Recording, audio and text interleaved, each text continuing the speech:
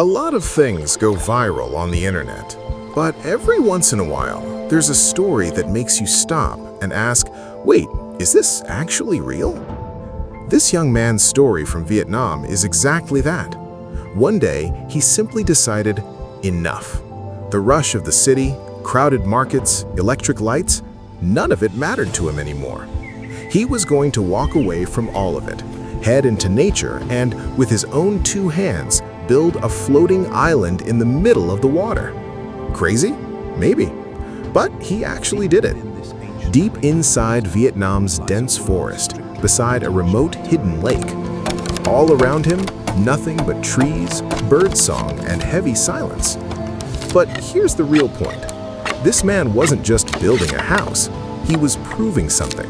That with no resources and no preparation, using only his mind and his hands, a person can build an entire life from nothing. And honestly, that truth hasn't changed in today's world either. The people who keep learning, who think differently, they're the ones who stay ahead of everyone else. Nature teaches us a lot, but nature doesn't teach kindly. This young man knew exactly what was coming: hunger, exhaustion, loneliness, and storms. No modern tools, no big budget, just his two hands, a few basic tools, and an unshakable determination. A lot of people can dream, but not everyone has the courage to leave everything behind to chase that dream. He did. The very first thing he needed was one thing: a foundation for the floating island. Because if the foundation fails, everything built on top of it eventually sinks.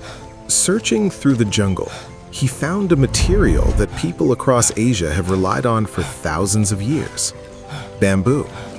Light, strong, and naturally buoyant in water. For days, he cut bamboo, piece after piece, hauling each one on his shoulder down to the lake's edge. But then came a new problem. To bind the bamboo together, he needed strong rope, which he didn't have. Most people would have given up right there. He turned to nature again. He pulled fibers from inside the bamboo and twisted them into sturdy rope. With that rope, piece by piece, his floating foundation began to come together. The first time that massive raft rose up on the water, it wasn't just a pile of wood and bamboo. It was the first heartbeat of a dream. The raft was done. Now he needed a roof. He started raising a wooden frame on top, but there wasn't a single nail.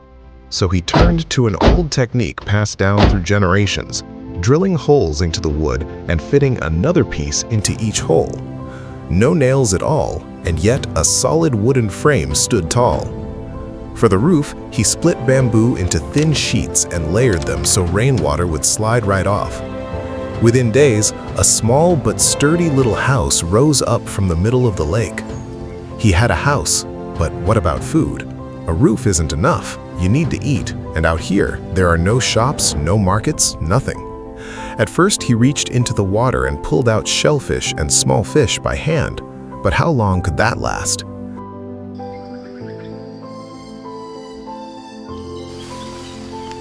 So he started thinking ahead. He carried dark, fertile soil and rotten leaves from the jungle and built small growing beds right on the raft.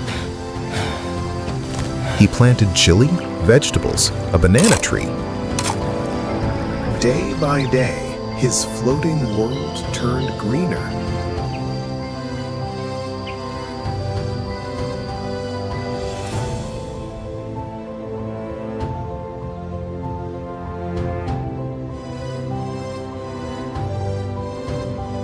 He didn't stop there.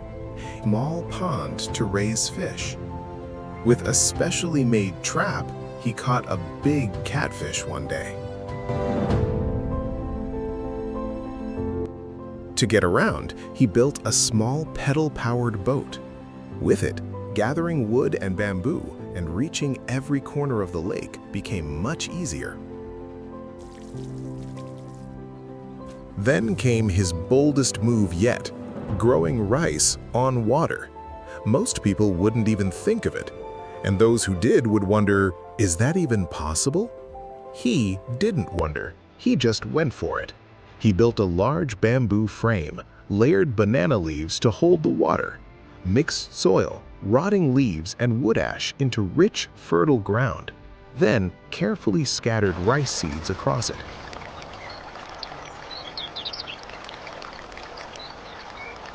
One day, walking through the jungle, he noticed a worn path.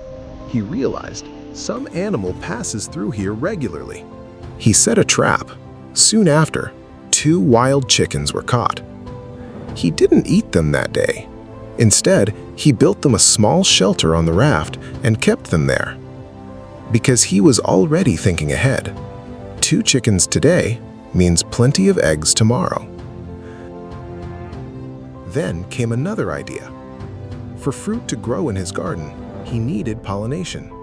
And for that, he needed bees. He found a wild beehive in the jungle. Carefully, he captured the queen and moved her into a new box. Wherever the queen goes, the rest follow. And soon, the entire colony had settled in. Now hundreds of bees buzzed through his garden every day, moving from flower to flower, fruit growing, and sweet honey coming from the box. Then, he noticed a growing field of rice. This enormous house, this floating farm, all of it had grown from a single seed to a complete ecosystem. Then, one day, that moment finally arrived. The rice he had planted himself was ready. He cut it, dried it in the sun, threshed it, and got the grain. Eating that first bowl of rice, grown entirely with his own hands, was a feeling no restaurant meal could ever match. In just 1 year, that empty lake had become a complete life. A fish farm, a vegetable garden, a rice field, a chicken coop, a beehive, all in one place. This was never just a floating house, it was a living testament to one person's patience, effort, and ingenuity. And in the end, he understood something simple. You can't conquer the world alone. But if you stop fighting nature and start working with it, even the hardest place on earth can become a free, self-sufficient life. That small island still floats on that lake today. And every time you look at it, the message is the same. If a person truly wants it, they can build an entire new world with nothing but their own 2 hands. If you enjoyed this story, hit that like button right now. It really helps us out. And if you want more stories like this, make sure you're subscribed and tap the bell icon so you never miss a new video. See you in the next one.